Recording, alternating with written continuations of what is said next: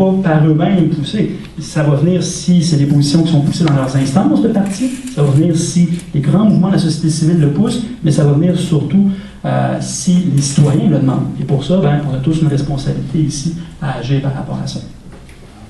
Tu veux faire un dernier mot?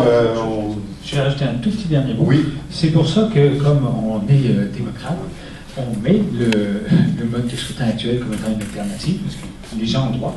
Et, comme vous avez pu voir, j'avais mis plusieurs versions de modèle allemand. Rien n'empêche, parce que c'est ça qui est formidable avec ce système-là, si vous avez d'autres versions de FPTP que vous voulez suggérer, parce que vous pensez que des modalités ont un impact majeur sur un mode de scrutin et que ça permettrait de résoudre les problèmes, on vous invite à suggérer. C'est ça le fonctionnement. Et il y a des personnes qui pensent que le mode de scrutin actuel a besoin d'être un petit peu modulé pour résoudre les problèmes et qu'il n'y a pas besoin de changer.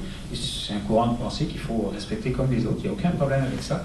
Et pour la suite, ce que je dirais, c'est il y a plusieurs personnes qui ont dit que ça pouvait être compliqué, manquer de temps pour pouvoir participer. Il y a une version électronique qui est proposée ou suggérée pour faire cette étape-là, pour que si les gens veulent participer mais qu'ils ne peuvent pas se déplacer parce qu'en région, des fois, c'est loin, ils n'ont pas le temps, etc., il y a un groupe sur Facebook que j'ai mis au point qui s'appelle « Pour choisir le prochain mode de scrutin au Québec ». Si vous êtes intéressé, vous demandez à vos petits-enfants s'ils sont là-dessus, ils vont vous montrer comment ça marche. C'est pas très compliqué, mais c'est une façon comme une autre de faire ça en luttant contre le problème du temps de disponibilité, des sous et des choses en tant que telles. Et dernière chose, une des éléments auxquels pourraient servir les sondages, au lieu de nuire, c'est que pour le financement des divers partis politiques, on pourrait utiliser ça pour financer de façon proportionnelle les partis en disant « Ah, le Parti vert reçoit 7% tel sondage. » Bon, mais ça devrait être à peu près la part qui devrait lui revenir pour être capable du temps d'antenne, comme a proposé M. Deschamps. On pourrait avoir le DGEQ qui reçoit les sous et lui achète l'ensemble du temps d'antenne ou de l'exposition et ensuite il répartit à la proportionnelle en disant le Parti vert est en place, le NPD et respecter comme ça la volonté populaire. Je vais arrêter parce qu'il y a beaucoup de choses et à un moment donné, vous allez Serge, tu voulais dire un dernier mot? Oui, juste pour finir, c'est que ce détail, il ne faut pas oublier, des fois, le monde, quand on leur parle de proportionnel, différentes choses, ils voient ça comme un choix final qu'on propose. Non.